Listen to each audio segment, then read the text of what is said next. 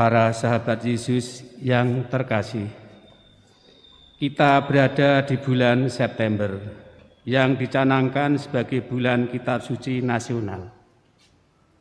Tema BKSN adalah Yesus Sahabat Seperjalanan Kita.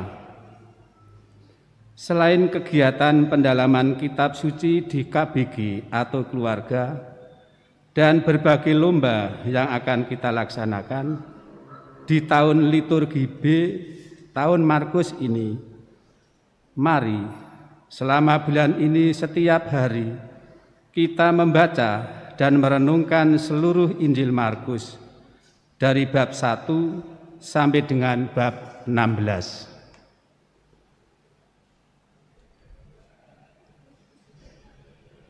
Sebelum membaca Injil Suci Markus, marilah kita berdoa dalam nama Bapa dan Putra dan Roh Kudus. Amin.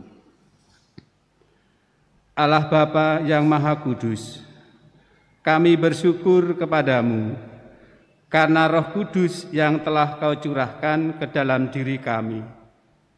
Dialah Roh kebenaran yang Kau utus untuk membimbing kami pada seluruh kebenaran.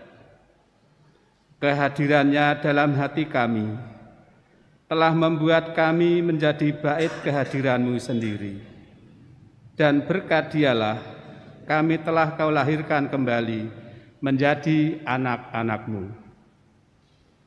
Ya Bapa, kami anak-anak-Mu berkumpul bersama untuk mendengarkan kehendak-Mu yang telah Kau nyatakan dalam kitab suci.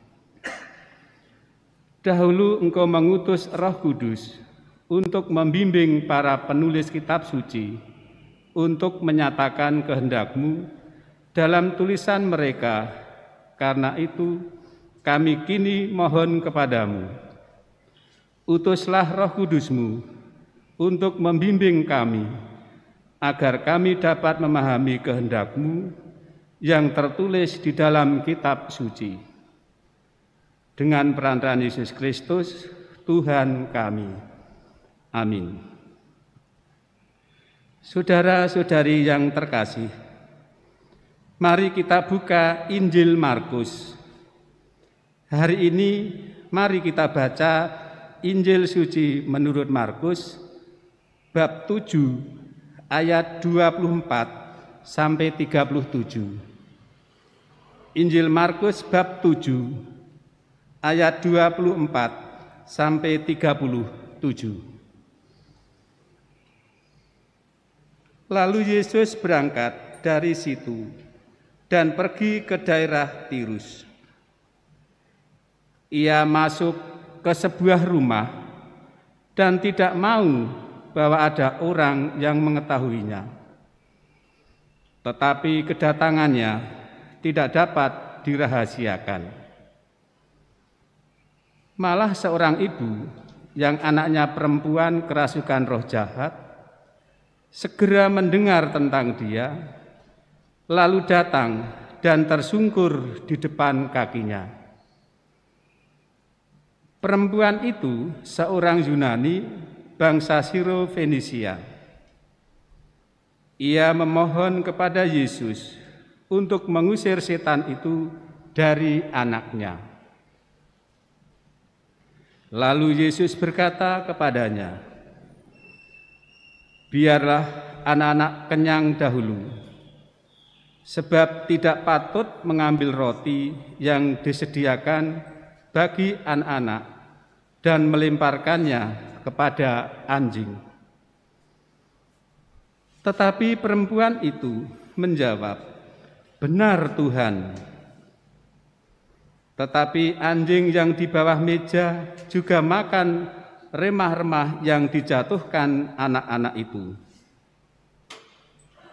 Maka kata Yesus kepada perempuan itu,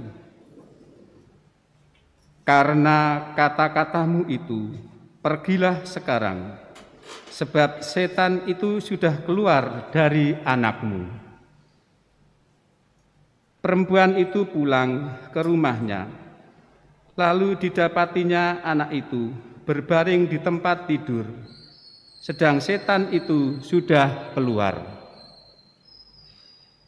Kemudian Yesus meninggalkan pula daerah Tirus dan dengan melalui Sidon pergi ke Danau Galilea di tengah-tengah daerah Dekapolis. Di situ orang membawa kepadanya seorang yang tuli dan yang gagap dan memohon kepadanya supaya ia meletakkan tangannya atas orang itu. Dan sesudah Yesus memisahkan dia dari orang banyak, sehingga mereka sendirian, ia memasukkan jarinya ke telinga orang itu, lalu ia meludah dan meraba lidah orang itu. Kemudian sambil menengadah ke langit, Yesus menarik nafas dan berkata kepadanya, "Efrata," artinya terbukalah. Maka terbukalah telinga orang itu, dan seketika itu terlepas pulalah pengikat lidahnya, lalu ia berkata-kata dengan baik.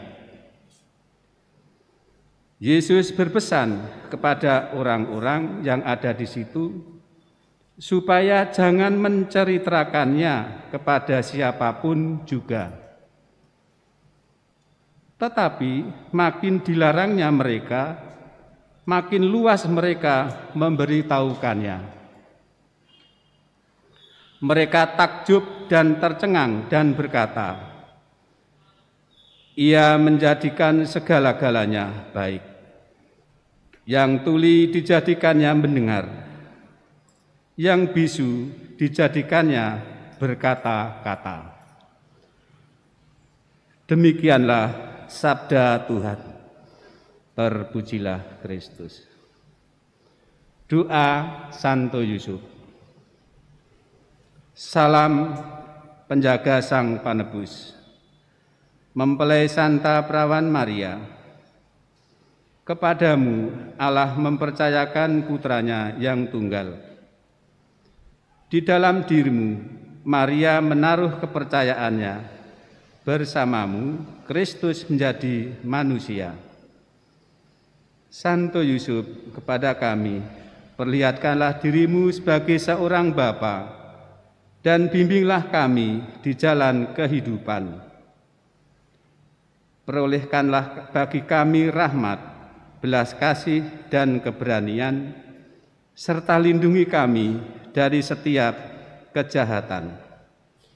Dalam nama Bapa dan Putra dan Roh Kudus. Amin.